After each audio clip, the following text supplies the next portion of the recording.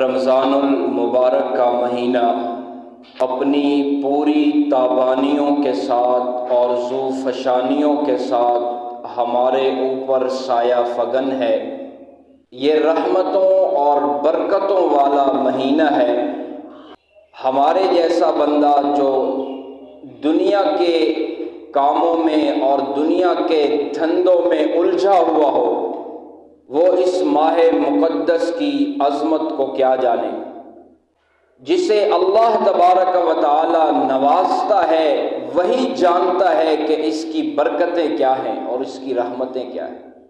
یہ ایسا مہینہ اللہ تبارک و تعالی نے ہمیں عطا فرمایا کہ جس مہینے میں انسان روحانی طور پر اپڈیٹ ہوتا ہے، روحانی طور پر اس کا سفر وہ بلندی کی طرف مائل ہوتا ہے، اور اسی مہینے میں انسان اپنے مقصد اصلی کی طرف لوٹتا ہے کہ جس مقصد کے لیے انسان کی ولادت ہوئی، پیدائش ہوئی، کہ مقصد زندگی اللہ کی بندگی ہے، مقصد حیات اللہ تبارک و تعالی کی عبادت ہے، کہ اللہ نے انسانوں کو جس مقصد کے لیے پیدا کیا، انسان اپنے اس مقصد کی طرف لوٹتا ہے۔ کیا مقصد ہے؟ وَمَا خَلَقْتُ الْجِنَّ وَالْإِنسَ إِلَّا لِيَعْبُدُونَ۔ اللہ فرماتے ہیں کہ جنوں اور انسانوں کو میں نے اپنی عبادت کے لیے پیدا کیا۔ اب سوال پیدا ہوتا ہے کہ اللہ کی عبادت تو فرشتے بھی کرتے ہیں، تو پھر خاص طور پر انسانوں اور جنوں کو عبادت کے لیے پیدا کرنے کا کیا مقصد؟ تو اس کا جواب یہ ہے کہ جو فرشتے اللہ تبارک و تعالی کی عبادت کرتے ہیں، فرشتوں کے اندر اللہ نے وہ خواہشات اور جذبات اور اس طرح کے احساسات نہیں رکھے، یعنی کہ فرشتے تو سراپا خیر ہیں، اور جو مخلوق سراپا خیر ہو اس کے لیے عبادت کرنا کون سا مشکل کام ہے۔ اور انسان، اس کے اندر تو جذبات، احساسات اور خواہشات کا مادہ رکھا گیا ہے، اور یہ خیر اور شر کا مجموعہ ہے۔ تو پھر جو انسان شر کو چھوڑ کر اور اپنے خواہشات کو کچلتے ہوئے اللہ تبارک و تعالی کی عبادت کرتا ہے، اللہ کی قربت پاتا ہے، تو ایسا انسان اللہ تبارک و تعالی کے تقرب کا ذریعہ بنتا ہے۔ اس لیے انسان اور جنات کی جو عبادت ہے اللہ تبارک و تعالی نے ان کے لیے خاص فرمائی کہ فرشتے تو سراپا خیر ہیں، ان کا عبادت کرنا کوئی ان کے لیے مشکل نہیں، اور انسان اپنے خواہشات کو دبا کر جو عبادت کرتا ہے، اس پر اللہ تبارک و تعالی فرشتوں کے مجلس میں فخر فرماتے ہیں۔ تو ایک طرف انسان کی عبادت کا ذکر کر کے کہ اس کو عبادت کے مقصد کے لیے پیدا کیا، اللہ نے ایک طرف اس مقصد کا ذکر کیا، اور دوسری طرف اللہ تبارک و تعالی نے فرمایا کہ ان اللہ اشتری من المؤمنین انفسهم واموالهم بان لهم الجنہ۔ اللہ فرماتے ہیں کہ تمہاری جانیں اور تمہارے مال اللہ تبارک و تعالی نے خرید لیے، اور اس کی قیمت جنت لگا دی ہے۔ اللہ کریم نے انسانوں کے مال کو بھی اور جان کو بھی خرید لیا، مگر اللہ تبارک و تعالی کی عنایت تو دیکھیے کہ اللہ نے ہماری جان اور ہمارے مال کو خرید بھی لیا، باوجود اس کے پھر بھی اللہ کریم نے یہ مال اور جان واپس ہمیں دے دیا۔ اور اگر اللہ تبارک و تعالی ایسا کرتے کہ کہتے کہ تم اتنا کھا سکتے ہو جتنا تم زندہ رہ سکو، اس سے زیادہ نہیں کھانا، اور ہمیشہ میرے سامنے سجدہ ریز ہو جاؤ۔ تو یہ مالک کا حق بنتا تھا کہ اس کے بدلے میں ہم تو بکے ہوئے ہیں، ہماری جان بھی بکی ہے، مال بھی بکا ہوا ہے، ہم تو بکے ہوئے ہیں اور اللہ نے ہمیں خرید لیا ہے۔ تو اللہ کا حق بنتا تھا، اللہ حکم دیتا اور یہ کوئی بھی ظلم نہ ہوتا، یہ سراپا انصاف ہوتا، مگر اللہ تبارک و تعالیٰ کی دین پر قربان جائیے، اللہ کی نوازشات پر، رحمتوں پر قربان جائیے کہ مالک کریم نے اتنا عطا فرما دیا، فرمایا کہ جان بھی تمہاری، مال بھی تمہارا، صرف تھوڑی سی پابندی لگا دی کہ جان کو اور مال کو اپنے فائدے کے لیے خرچ تو کر سکتے ہو، مگر جیسے ہم چاہیں گے ویسے خرچ کرو گے۔ تھوڑی سی پابندی لگا دی کہ بھائی حدود اور قیود کو دیکھنا ہے، جو ریڈ لائن ہے اس سے آگے نہیں جانا، اس کو کراس نہیں کرنا، بس اتنا لحاظ کرنا۔ جو مال ہم نے آپ کو دیا ہے اس میں سے حلال کی کمائی اختیار کرنا، اور حلال مال جتنا بھی اپنے اوپر صرف کر سکتے ہو کر سکتے ہو، حرام کی طرف ہاتھ نہیں بڑھانا، ملاوٹ نہیں کرنی۔ آپ صلی اللہ تعالی علیہ وسلم نے ارشاد فرمایا جس نے ملاوٹ کی وہ ہم میں سے نہیں، ناپ تول میں کمی نہیں کرنی، سودی کاروبار کو نہیں اپنانا۔ فرمایا کہ سود خور اللہ اور اللہ کے محبوب صلی اللہ تعالی علیہ وسلم سے اعلان جنگ کرتا ہے، سود سے باز آ جاؤ، رشوت لینے اور دینے سے باز آ جاؤ۔ سرکار دو عالم صلی اللہ تعالی علیہ وسلم نے ارشاد فرمایا الراشی والمرتشی کلاہما فی النار، کہ رشوت لینے والا اور دینے والا دونوں جہنمی ہیں۔ گناہوں سے اپنے آپ کو بچا لو، مال خرچ تو کرو لیکن حلال طریقے سے خرچ کرو، مال کماؤ تو صحیح لیکن حلال طریقے سے کماؤ، حلال آمدن ہونی چاہیے، حرام نہیں ہونی چاہیے۔ جان ہم نے جو آپ کو دے دی واپس لوٹا دی، تم اپنے جان کو فائدہ دے سکتے ہو، اپنے جان کے فائدے کے لیے کھاؤ پیو آرام کرو، لیکن حلال طریقے سے جو اللہ نے حرام راستے بتائے ہیں اس کی طرف نہیں جانا۔ اور اس کے بدلے میں جو اللہ تبارک و تعالی نے چیز عطا فرمائی، نعمت عطا فرمائی، اس کی قیمت لگائی، وہ بہت بڑی نعمت ہے۔ اس جان اور مال کے بدلے میں اللہ کریم نے جنت عطا فرما دی، اور جنت اللہ اکبر اتنی بڑی جنت کہ جس کی چوڑائی زمین اور آسمان کے برابر ہے، اس کے بدلے میں اللہ اکبر اللہ نے کتنی بڑی نعمت عطا فرما دی۔ تو انسان کو اللہ تبارک و تعالی نے جو دنیا میں بھیجا اس کا مقصد بھی بتا دیا کہ مقصد اللہ تبارک و تعالی کی عبادت کرنی ہے۔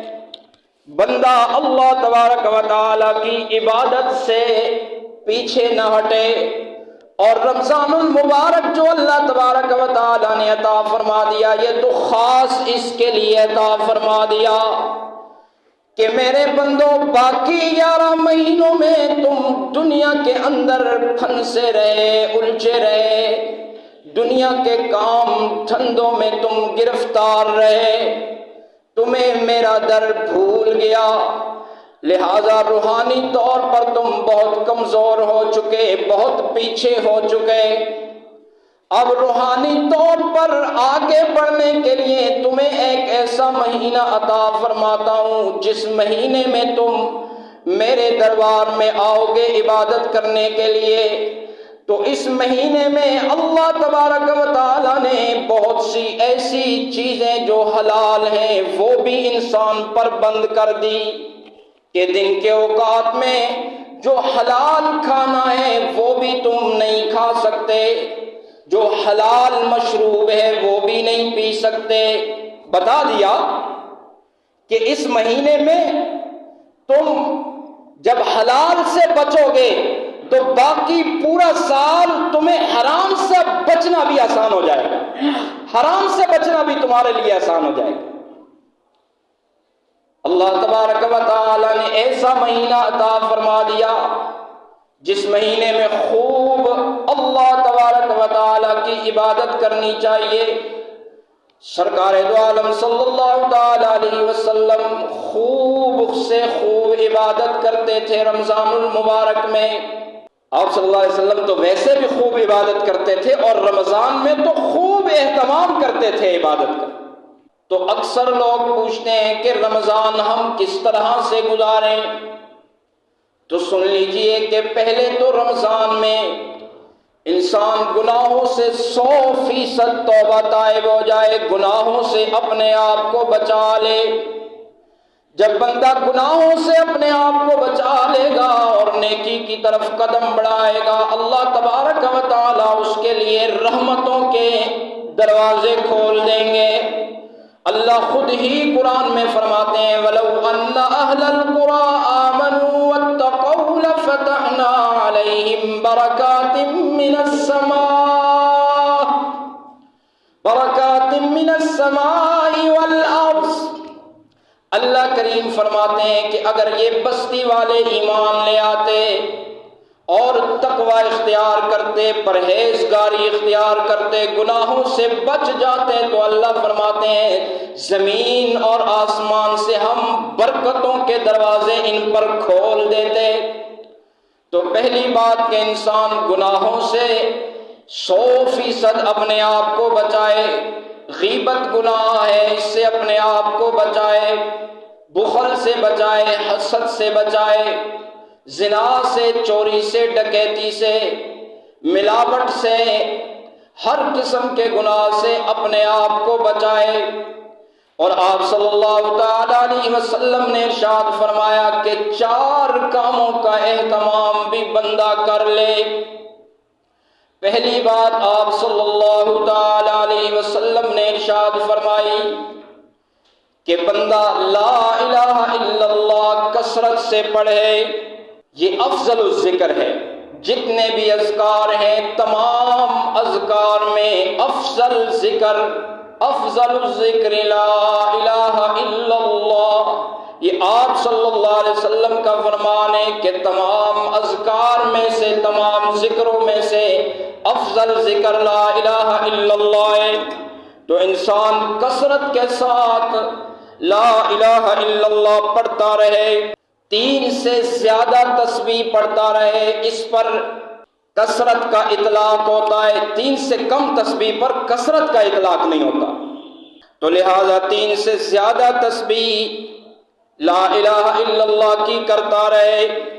آپ صلی اللہ تعالی علیہ وسلم نے ارشاد فرمایا لا الہ الا اللہ لیس لہا حجاب دون اللہ، کہ اللہ میں اور لا الہ الا اللہ میں کوئی حجاب نہیں، کوئی پردہ نہیں ہے۔ اللہ اکبر۔ تو کثرت سے لا الہ الا اللہ پڑھنا چاہیے۔ اور دوسری بات سرکار دو عالم صلی اللہ تعالی علیہ وسلم نے ارشاد فرمائی کہ کلمہ استغفار کی کثرت کرے، کثرت کے ساتھ استغفار کرتا رہے، استغفر اللہ ربی من کل ذنب واتوب الیہ، یہ کثرت کے ساتھ پڑھتا رہے۔ اور تیسری بات آپ صلی اللہ علیہ وسلم نے ارشاد فرمائی کہ جنت کثرت سے اللہ سے مانگتا رہے۔ احادیث میں بہت ساری دعائیں وارد ہوئی ہیں، بہت ساری دعائیں آتی ہیں، تو انسان ان دعاؤں کو پڑھتا رہے۔ اور ایک مختصر سی دعا اللہم انی اسألک الجنہ، یہ دعا پڑھتا رہے۔ اور چوتھی بات آپ صلی اللہ علیہ وسلم نے ارشاد فرمائی کہ جہنم سے پناہ مانگتا رہے، اللہم انی اسألک الجنہ، اللہ میں تیرے سے تیرے جنت کا طلبگار ہوں، وَأَعُوذُ بِكَ مِنَ النَّارِ، اور جہنم سے پناہ چاہتا ہوں، یا یہ دعا پڑھے اللہم اجرنی من النار۔ کثرت سے ان دعاؤں کا اہتمام کرنے والا بن جائے۔ اور ایک بات یہ بھی ہے کہ قرآن کریم کثرت کے ساتھ رمضان المبارک میں پڑھتا رہے۔ آپ صلی اللہ تعالی علیہ وسلم رمضان المبارک میں جبرائیل امین کے ساتھ ورد کیا کرتے تھے قرآن کریم کا۔ آپ صلی اللہ تعالی علیہ وسلم جو سید الانبیاء ہیں، انبیاء کے سردار ہیں، سرتاج الانبیاء ہیں، اور جبرائیل امین سید الملائکہ ہیں، ملائکہ کے سردار ہیں۔ جبرائیل امین اور آپ صلی اللہ تعالی علیہ وسلم مل کر قرآن کریم کا ورد کیا کرتے تھے رمضان المبارک میں۔ تو ہمیں خوب سے خوب قرآن پاک کی تلاوت کرنی چاہیے۔ اور ایک بات یہ بھی سرکار دو عالم صلی اللہ تعالی علیہ وسلم نے ارشاد فرمائی کہ دعاؤں کا خوب اہتمام کرے بندہ، کہ رمضان المبارک میں اللہ بندے کی دعا خوب سے خوب قبول فرماتے ہیں۔ اللہ تبارک و تعالیٰ تو ویسے بھی دعائیں قبول فرماتے ہیں، مگر رمضان المبارک میں تو خاص طور پر اللہ تبارک و تعالیٰ دعائیں قبول فرماتے ہیں۔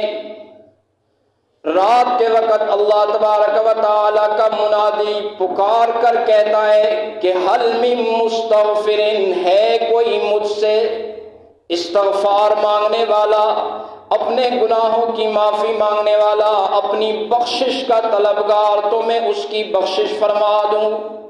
تو رمضان المبارک میں اللہ تبارک و تعالیٰ سے خوب دعائیں مانگنی چاہیے۔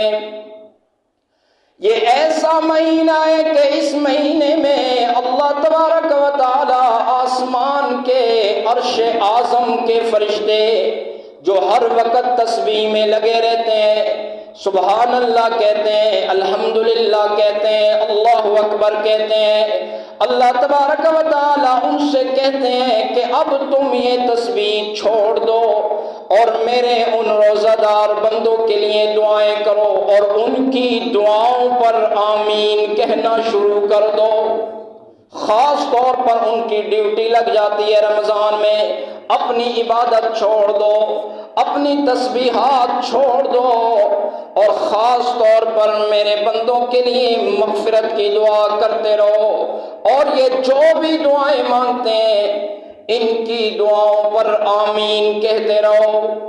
تو انسان کو خوب اللہ تبارک و تعالیٰ سے دعائیں مانگنی چاہیے، اور اللہ سے بڑی چیز مانگنی چاہیے۔ سب سے پہلے دعائیں مانگتے ہوئے انسان کو اللہ سے اللہ مانگنا چاہیے کہ اللہ اپنی محبت عطا فرما دیجئے، اپنی رضا عطا فرما دیجئے، اپنی لقاء عطا فرما دیجئے، اپنا وصل عطا فرما دیجئے۔ جس کو اللہ مل گیا اسے سب کچھ مل گیا، اور جسے اللہ نہ ملا اسے کچھ نہ ملا۔ ہارون رشید ایک بادشاہ تھا، اس کے جو غلام تھے، وزیر تھے، جو اس کے خادم تھے اور کارندے تھے، ایک دن سب کو جمع کیا اور کہا کہ آج فیاضی کا دریا بہہ رہا ہے، لہذا اس مال میں سے جو چیز جس کو چاہیے ہے وہ ہاتھ رکھ لے، وہ چیز اس کی ہو جائے گی۔ اور اس بادشاہ کا ایک خادم تھا ایاز، جس کو لوگ بہت جاہل اور گوار سمجھتے تھے، مگر تھا وہ بہت ہی سمجھدار۔ جب سب نے ہر چیز پہ ہاتھ رکھ لیا، ایاز نے کسی چیز پہ ہاتھ نہیں رکھا۔ بادشاہ نے کہا تو بھی کسی چیز پہ ہاتھ رکھ لے۔ تو ایاز نے کہا بادشاہ سلامت، تو کیا وہ چیز جس پر میں ہاتھ رکھ لوں وہ میری ہو جائے گی؟ کہا وہ تیری ہو جائے گی۔ اس نوکر نے کسی اور چیز پر خزانے پر ہاتھ نہیں رکھا بلکہ بادشاہ کے اوپر ہاتھ رکھ لیا، کہا آپ میرے ہو گئے۔ وہ سمجھدار تھا کہ بادشاہ اگر میرا ہو گیا تو سارے خزانے میرے ہو جائیں گے۔ اس لیے میں آپ سے یہی کہتا ہوں کہ رمضان المبارک میں سب سے کثرت کے ساتھ یہ دعا مانگے کہ اللہ اپنی رضا ہمیں عطا فرما دیجئے، اپنی محبت ہمیں عطا فرما دیجئے۔ اگر اللہ ہمیں مل گیا، اللہ کی محبت مل گئی تو یہ سارے خزانے تو اللہ کے ہیں۔ وَلِلَّهِ خَزَائِنُ السَّمَاوَاتِ وَالْأَرْضِ، زمین اور آسمان کے جتنے خزانے ہیں یہ تو اللہ کے ہیں۔ اگر اللہ مل گیا تو سب کچھ مل گیا، اور جس کو اللہ نہ ملا تو اسے کچھ نہ ملا۔